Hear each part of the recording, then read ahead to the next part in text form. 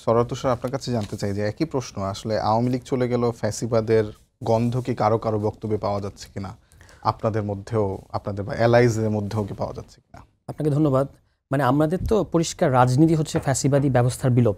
এটা অভ্যুত্থানের আগে থেকে ৩ অগাস্ট থেকে নাহিদ ইসলাম এক দফা ঘোষণা করেছিলেন এবং বাংলাদেশের ইতিহাসে এটা একটা ইউনিক এক দফা। এর আগ পর্যন্ত এক দফাগুলো থাকতো অমুক তুই কবে যাবি, কিন্তু এবারের এক দফাটা হচ্ছে যে ফ্যাসিবাদী ব্যবস্থার বিলোপ। ফলে আমরা ফ্যাসিবাদী ব্যবস্থা সরাতে চাইছি এবং আপনি যদি ৫ অগাস্টের পর থেকে ছাত্রদের এবং আমাদের রাজনৈতিক তৎপরতাগুলো বা স্টেপসগুলো খেয়াল করেন, আমরা কিন্তু ওই লক্ষ্যকে নিয়ে আগাচ্ছি। আমরা রাষ্ট্রপতির পদত্যাগ চেয়েছি চুপ্পু, তারপর হচ্ছে আমরা বলেছি যে এই সংবিধান এটা ইতিমধ্যে বাতিল হয়ে গেছে, এটাকে আর প্রাধান্য না দিয়ে একটা নতুন সংবিধান বানানোর কথা বলেছি যেটা কিনা গণতান্ত্রিক সংবিধান হবে।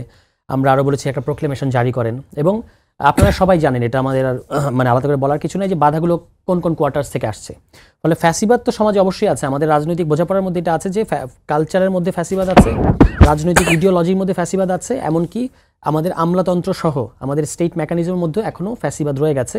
এবং আগে যেটা আওয়ামী লীগ আমলে যেটা হতো আর কি, সরকার রাষ্ট্র সিন্ডিকেট সব হচ্ছে পুরোটা মিলে একটা ক্রিমিনাল সিন্ডিকেট ছিল।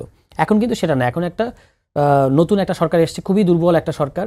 অন্যদিকে পুরনো রাষ্ট্রটা একেবারে আগের যে রাষ্ট্র সে হচ্ছে তার মতো করে রয়ে গেছে এবং নানাভাবে তারা নানা ধরনের ইম্পেডিমেন্টস ক্রিয়েট করছে। ফলে ফ্যাসিবাদ অবশ্যই রয়ে গেছে। এখন যার কথা কোট করেছেন তিনি কোন প্রেক্ষাপটে বলেছেন সেটা আমি জানি না, কিন্তু এটা সত্যি যে বাংলাদেশে এখনো ফ্যাসিবাদী ব্যবস্থার নানা লক্ষণ রয়ে গেছে। ইভেন আমরা কিছু সামাজিক ফ্যাসিবাদ দেখতে পাচ্ছি, মব তৈরি হয়ে যাওয়া, তারপর হচ্ছে আপনার মাজারে ভাঙচুর চালানো, তারপর অন্য কাউকে হেনস্থা করা, এই ধরনের ঘটনা তো।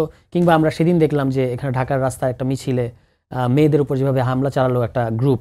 এখন আপনার সেই দাবি ঠিক বা বেঠিক যাই হোক, আপনি তো একটা সরকারের কাছে একটা দাবি তুলতে পারবেন। আগে তো দাবি তোলা যেত না, তুলে নিয়ে যাওয়া হতো, অত্যাচার করা হতো। এখন ভুল ঠিক সব ধরনের দাবি নিয়েই রাস্তায় নামবে এবং সরকার এগুলো এক ধরনের ট্যাকেলও করছে। কিন্তু আর একটা গ্রুপ ওই একই সময়ে গিয়ে ওখানে হামলা চালানো এবং প্রকাশ্য দিবালোকে ঢাকা রাজধানীর মধ্যে পেটানো বাঁশ দিয়ে, এটা তো একটা খুব অ্যালার্মিং ব্যাপার।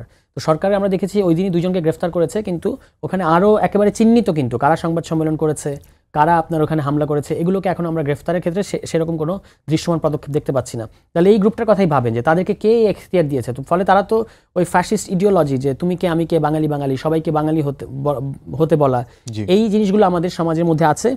ফ্যাসিবাদ এখনও দোর্দণ্ড প্রতাপে আছে এবং তারা ক্রমাগত মানে পুরনো যে পতিত ফ্যাসিবাদী রেজিম তার সাথে নানা ধরনের আঁতাত করে প্রথম দিকে অনেক ঝামেলা তৈরি করার চেষ্টা করেছে, এই সরকারকে অস্থিতিশীল করার চেষ্টা করেছে। এখন তারা কৌশল বদলে সরকারকে মানে সক্রিয়ভাবে কোনো সহযোগিতা করছে না, কিন্তু নানাভাবে ভেতরের থেকে অনেক ধরনের, যেমন আপনি ওই আমলাদের কথা আপনার খেয়াল থাকবে যে যখন জনপ্রশাসনকে ঘিরে একটা অস্থিরতা তৈরি হলো কিছুদিন আগে, সপ্তাহখানেক আগে, 8-10 দিন আগে, তখন একজন আমলা বা সাবেক আমলা তিনি বললেন যে আপনি ভেবে দেখেন, এটা তো একেবারে তাকে গ্রেফতার করার মতো একটা মন্তব্য তিনি করেছেন, সরকারকে থ্রেটেন করা। যে উনি বললেন যে যদি সরকার ব্যবস্থা না নেয় তাহলে আমরা জানি কীভাবে 400 অ্যান্টিবায়োটিক্স প্রয়োগ করতে হয় এবং আমরা সেটা দাবি আদায় করে নেব। এই যে আপনি, এটা তো আপনার মানে কোড অফ কন্ডাক্ট ভঙ্গ করা এবং সরকার যে তাদের ব্যাপারে কোনো ব্যবস্থা নেয় নাই, এটাই হচ্ছে এই সরকারের আপনার মানে দুর্বলতার দিক।